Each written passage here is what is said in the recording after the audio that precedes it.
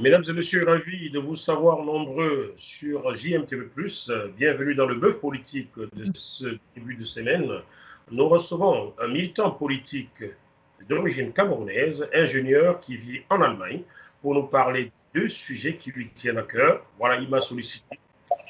Je lui dis, c'est comme ça, vous aussi. Où que vous soyez, sollicitez JMTV+, vous êtes les bienvenus du moment où vous vous exprimez dans le respect des règles de l'art, comme c'est le cas de notre invité de ce jour. Chers téléspectateurs, je vous prie d'accueillir avec moi Christian Djoko. Bonjour Christian. Bonjour, bonjour, Jackie. Comment allez-vous? Bien, bien. J'irais mieux, bien évidemment, si la situation au Cameroun était meilleure. Ah, d'accord. Bon, il n'y a pas qu'au Cameroun, au Mali, ces jours-ci, ça a tiré partout, il y a eu des morts. Hein. On a l'impression que c'est dans toute l'Afrique, que rien ne va. Effectivement, l'Afrique francophone souffre. L'Afrique francophone souffre parce qu'il y a une organisation qu'on appelle France-Afrique qui existe, parce qu'il y a une monnaie qu'on appelle franc CFA qui existe. Depuis Jules Ferry, en passant par Charles de Gaulle jusqu'à Emmanuel Macron, les dirigeants français les plus importants ont toujours œuvré afin que l'Afrique francophone vive l'enfer. Je vais dédier cette portion d'émission à Didier Quentin, pour qui les Bamileke ne doivent pas exister au Cameroun. Voilà, je lui fais un clin d'œil, je lui passe un coup de fil de main. Vous voyez ce député français qui a dit de grosses bêtises ces jours-ci sur le Cameroun.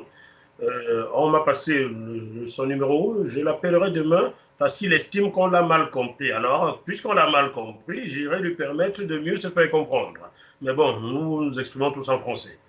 Voilà, mais bon, venons-en à ce qui nous amène à organiser cette émission. Vous m'avez contacté il y a 24 heures et voilà, c'est une habitude chez moi, lorsqu'on me contacte, on a droit à la parole, même ceux du camp d'en face qui m'ont contacté comme Sangani Amdine, comme Samuel Mott, ont eu droit à plusieurs heures sur mon plateau. Alors, vous souhaitiez parler d'une pétition que vous venez de lancer. De quoi s'agit-il? Oui, nous avons lancé une pétition d'une importance capitale pour notre pays, le Cameroun, pour tous les Camerounais de tous bords. Il s'agit d'une demande à la communauté internationale, particulièrement d'abord à la Cour pénale internationale de justice, d'enquête au Cameroun. La Cour pénale internationale de justice de la Haye, c'est bien cela? Oui, oui, oui. La CPI, d'abord à la CPI, une demande à la CPI d'ouvrir une enquête au Cameroun impartiale, indépendante et juste sur le génocide dans le nord-ouest, le sud-ouest du Cameroun et les massacres à l'extrême nord du Cameroun, d'une part.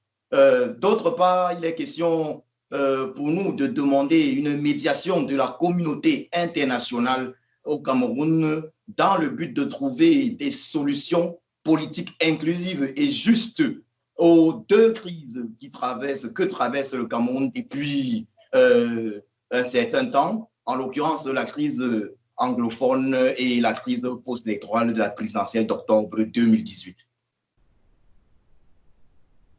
Christian Djoko, vous avez parlé des massacres de l'extrême nord. Pour moi, le journaliste, ce qui se passe dans le nord, c'est la secte Boko Haram qui menace la stabilité de cette sous-région-là. Y a-t-il autre massacre imputable à un quelconque gouvernement des trois pays concernés? Effectivement, nous avons tous vu la vidéo de la dame, de la maman, des mamans abattues avec bébé au dos, une vidéo que le ministre de la Communication de l'époque d'alors, de M. Paul Biya, avait d'ailleurs... Issa Thiron Bakari, c'est son nom, hein? Voilà, c'est une vidéo qui a été tournée dans le nord du Cameroun. C'est une réalité, ce n'était pas le Mali, c'était bel et bien au Cameroun. Donc, il y a des massacres comme ça perpétués par l'armée de M. Biya Paul dans le nord du Cameroun et il faut une enquête internationale afin que les coupables soient punis. Mais est-ce que vous n'allez pas très fort là, Christian Djoko? Là, on appelle cela exécution sommaire. Le massacre, c'est lorsqu'on fait mourir une population en masse. Là, je ne minimise pas cela, hein. C'est extrêmement grave ce que les militaires camerounais ont fait abattre des femmes avec des enfants au dos, et même si c'était des hommes, de quel droit on abat des gens comme ça? S'ils sont fautifs, on les interpelle, on les juge, on les condamne, on ne les abat pas. Mais lorsque vous dites des massacres, on dirait qu'il y a eu une centaine de personnes massacrées, comme en Garbou par exemple, ce fut un massacre. Mais dans l'extrême nord, ce sont des exécutions sommaires. Vous voyez la nuance ou pas? On est tenté, certains sont tentés de croire qu'il n'y a que ces exécutions sommaires, mais je peux vous assurer que ce n'est pas de hasard. Ils sont nombreux qui se font, je précise bien, massacrer dans l'extrême nord du Cameroun, dans le nord du Cameroun, depuis environ 5 ans. Depuis le début de cette guerre contre la secte islamique Boko Haram. Et il est question, bien évidemment, de permettre à la communauté internationale, surtout à la Cour pénale internationale de justice, d'engager une enquête afin que les personnes, il faut le dire clairement, massacrées puissent connaître, même si elles ne sont plus de ce monde, puissent connaître la justice.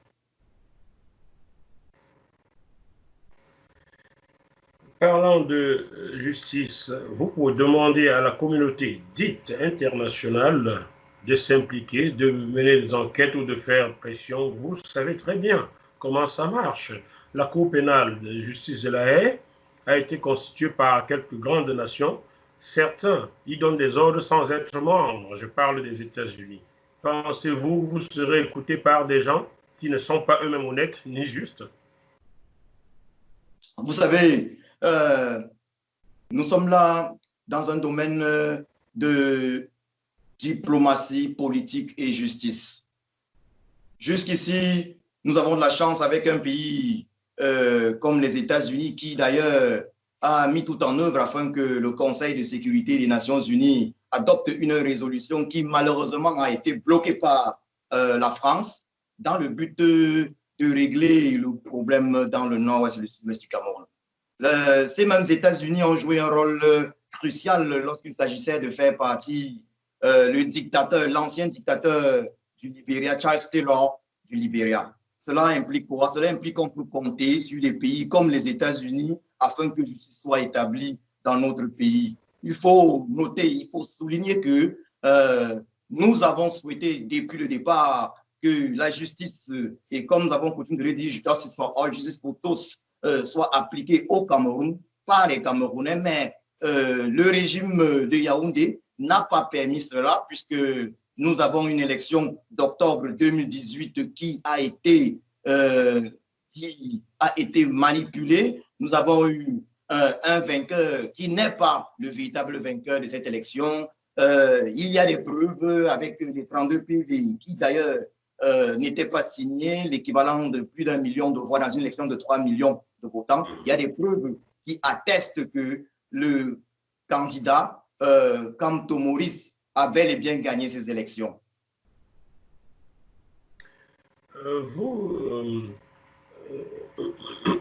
Pardon, chers téléspectateurs, j'ai eu des problèmes cette semaine, donc ma voix est un peu éteinte.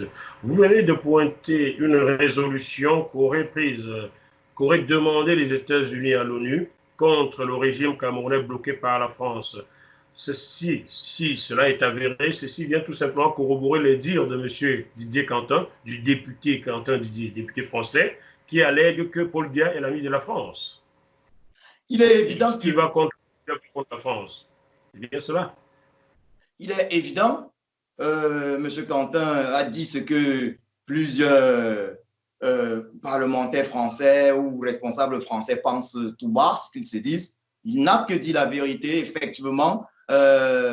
Notre pays, le Cameroun et d'autres pays de l'Afrique francophone en général ne peuvent pas connaître la démocratie parce qu'il y a ce qu'on appelle la France-Afrique et c'est la France qui depuis, il faut le préciser, depuis les pseudo-indépendances choisit les chefs d'État en Afrique. Ça veut dire que c'est la France qui fait et défait les chefs d'État en Afrique. Ben, avant M. Biya, on avait M. Ahidjo. Le Cameroun marchait un peu plus bien et la France était toujours sur le dos de M. Ahidjo. Qu'est-ce qui empêche M. Biya de bitumer la route ou bien de donner de l'eau potable aux gens au Cameroun? Est-ce toujours la France? Parce qu'on peut accuser la France. Oui, je suis d'accord avec vous. Moi aussi, j'accuse la France. Mais est-ce que c'est la France qui empêche M. Biya de donner de l'eau potable aux gens? Il y a des fourrages qui peuvent donner de l'eau potable à tout un quartier, un peu partout. Avec M. Aïdjo, il y avait des bonnes fontaines partout, tous les 500 mètres, tous les kilomètres, on avait de l'eau potable. Ce n'est pas la France qui empêche M. Biya de donner cela à la population. Ce n'est pas la France qui demande à M. Biya de passer 9 mois sur 12 en Suisse. Vous comprenez?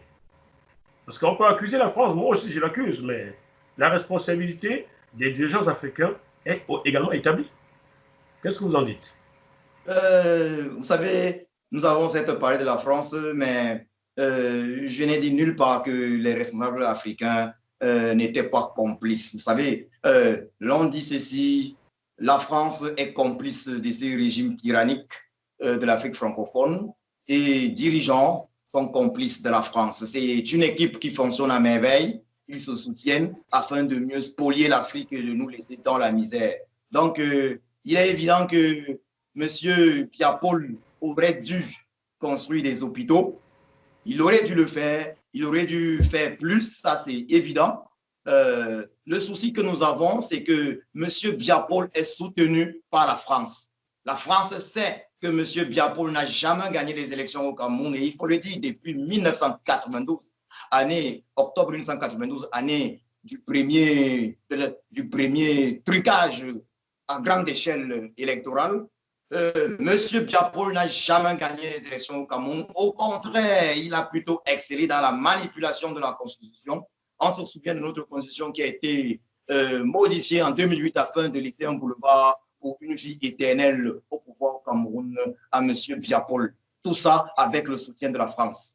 Ce que la diaspora réalise aujourd'hui afin de montrer au monde entier que la France est complice de cette tyrannie exceptionnelle et nous pensons que nous allons d'ailleurs profiter du 17 juillet prochain à Bruxelles afin de démontrer au monde entier et de faire voir une fois de plus au président européen, au chef d'État européen que le peuple camerounais est décidé à ce que tout le monde sache qui est le véritable problème de l'Afrique francophone. Et ce problème principal, c'est la France qui nomme les présidents de la République en Afrique francophone de manière générale. Le Cameroun étant un cas. Est-ce que vous êtes en train de dire que le problème de l'Afrique noire francophone, c'est la France? C'est ce que j'ai compris? Le problème de l'Afrique francophone, c'est la France. Prenez exemple sur les pays de l'Afrique anglophone. Prenons l'exemple sur le Nigeria. Prenons l'exemple sur la Tanzanie. Prenons l'exemple sur le Kenya. Prenons l'exemple sur le Ghana. Le Ghana qui est un pays qui a une population similaire à la nôtre. Je parle de 25 millions environ d'habitants. Prenons l'exemple sur le Ghana.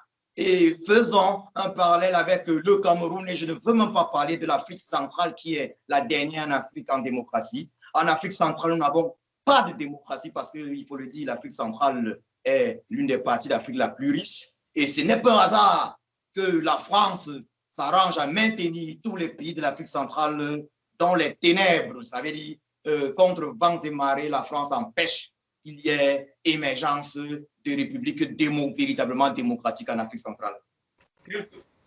Quelques chiffres sur le plan de l'indice. Comment j'appelle ça? Le nom technique m'échappe un peu. L'indice de développement, dans le rapport de l'ONU d'il y a 1 an et demi, le premier pays d'Afrique noire francophone arrive à la 115e place sur 189. Et ce premier pays, c'est le Gabon. Sur 189 indices de développement, le Gabon est à la 115e place, le Cameroun est à la 150e place, le Niger qui produit l'uranium pour la France depuis des siècles est à la 189e place, je crois, et la RCA à la 188e. Il n'y a aucun pays d'Afrique noire francophone qui a passé, qui est dans les 100 premiers, il n'y a aucun. Donc, ça corrobore ce que vous dites. Là, je ne donne que les faits. Ceux qui voudront en France disent, Jackie Moifoué contre en France, venez en discuter avec moi, que vous soyez président de la République, député ou quoi. Je vous poserai les faits sur la table. Ce n'est pas moi qui ai écrit cela. Ce n'est pas moi qui ai fait cette enquête-là. Et vous les regarderez. Je ne suis contre aucune France. Je suis contre personne. Voilà. Je fais mon travail normalement. Alors, vous, dans cette pétition, vous demandez à la communauté internationale d'agir pour ce que vous appelez massacres dans le nord du Cameroun, mais aussi dans le nord et le sud-ouest, notamment ce qui s'est passé en Gabou et dans toute la région. C'est bien cela. C'est bien ça. C'est bien ça. Aujourd'hui, oui, je vous écoute. C'est bien ça. Vous savez, si le régime de M. Paul Biya était un régime avec qui on pouvait parler, on n'aurait pas des prisonniers politiques au Cameroun.